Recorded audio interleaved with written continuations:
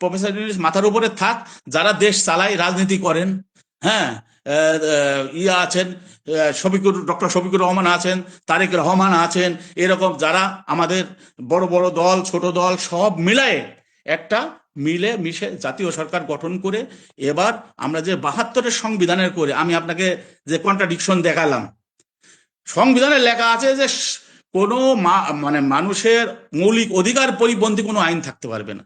তো ওই 74 সালে স্পেশাল পাওয়ার অফ অ্যাক্ট রয়ে গেছে না? সংবিধানের কথাই হলে সাংঘর্ষিক কোনো কিছু থাকতে পারবে না। তা আমাদের দেশে এত সংবিধান বিশেষজ্ঞ আছে, এত কিছু আছে, তারা কেন এইগুলা নিয়ে লড়াই করে না? তা আমি যেটা বলতে চাচ্ছিলাম যে এইভাবে করার পরে নতুন স্বাধীন জাতির জন্য স্বাধীন সংবিধান দরকার। এখন পর্যন্ত আমরা 200 বছরের গোলামির জেট টেনে যাচ্ছি। সেই সংবিধান আছে, সেই শাসন কাঠামো রয়ে গেছে। এই ব্রিটিশের শাসন কাঠামো কি ছিল? জনগণকে শাসন এবং শোষণ করার জন্য। সেই শাসন শোষণ করার জন্য যে শাসন ব্যবস্থা, সেটা তো স্বাধীন জাতির জন্য হতে পারে না। স্বাধীন জাতি স্বাধীন দেশের জন্য স্বাধীন শাসনতন্ত্র দরকার, স্বাধীন সংবিধান দরকার, মানে দেশপ্রেমিক নেতৃত্ব দরকার। তা আমাদের তো সবাইকে মিলে দেশপ্রেমিক নেতৃত্ব আছে।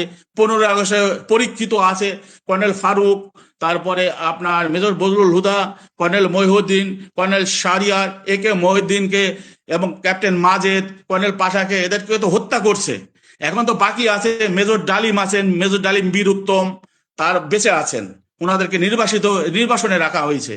কর্নেল নূর চৌধুরী, কর্নেল রাশেদ চৌধুরী, এনারা সব বীর উত্তম, বীর বিক্রম, বীর প্রতীক, হ্যাঁ, কর্নেল রশিদ সহ এরকম যারা বাইরে আছে তাদেরকেও নিয়ে আসুক। এদেরকে নিয়ে এসে একসাথে মিলে দেশপ্রেমে উদ্বুদ্ধ হয়ে জাতীয় সরকার গঠন করে, হ্যাঁ, এখানে ক্ষমতায় গেলেও তারেক রহমানের যে পোস্ট, এই জাতীয় সরকারের সে থাকলো। প্রফেসর ইউনূস যদি প্রেসিডেন্ট থাকেন, ভাইস প্রেসিডেন্ট থাকলেন আপনার ডক্টর শফিকুর রহমান, প্রধানমন্ত্রী থাকলেন আমাদের তারেক রহমান, মেজর ডালিমদের নিয়ে এসে তাদেরকে উপদেষ্টা করে দিলেন, দিয়ে এইভাবে অন্যান্য দলের আরো যারা আছে, বিভিন্ন দলের আছে, সবাইকে যোগ্যতা অনুসারে সবাইকে সরকারে নিয়ে, কারণ সরকারে তো অনেক লোক রাখবে, নিয়ে যদি করে আমরা একটা পর্যায়ে যেতে পারি, নির্বাচনের পর্যায়ে, যে নির্বাচন বললেন, তখন আমরা নির্বাচনের একটা সিস্টেমে যে নির্বাচন কমিশনকে পরিপূর্ণ সব জায়গায় সংস্কার করে, এবার 1 বছর লাগুক, 2 বছর লাগুক, 3 বছর লাগুক, অসুবিধা তো নাই, সবাই মিলেমিশে সংস্কার করে। আপনি যে কথা বলতেছেন এটা অধিকাংশ মানুষ এটা মেনে নিবে। তাহলে যদি আমরা এই ধাঁচে যদি যাই, এই রাজনীতিতে যদি যাই, তাহলে আমাদের এই নির্বাচন নামের খেলাটা থেকে বন্ধ করা যায় কিনা?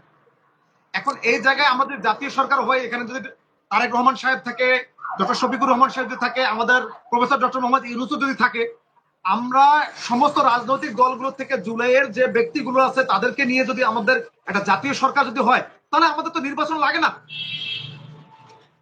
নির্বাচন তো লাগবে আমাদের ইয়েতে উঠতে গেলে, যখন আমরা গণতান্ত্রিক সরকার করতেই হবে এক সময়। এটা জাতীয় সরকার জাস্ট যে 54 বছরের যে জঞ্জাল, সে জঞ্জাল সাফ করার জন্য করে, একটা স্বাধীন দেশ স্বাধীন জাতির জন্য একটা নির্বাচন করার জন্যই এটা হবে।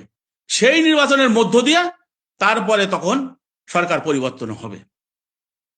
আমি সেটাই বলতে যাচ্ছি যে নির্বাচনে, হ্যাঁ বলেন, একটা স্টেবল পজিশন তো নিয়ে আসতে হবে একটা দেশের। এই যে জাতীয় সরকার লাগবে, স্টেবল পজিশন নিয়ে আসলে জাতীয় সরকার, নির্বাচনটা হলে জাতি সেটা উপকৃত হবে কিনা। হ্যাঁ, তাহলেই সেটা পারফেক্ট হবে এবং জাতি উপকৃত হবে।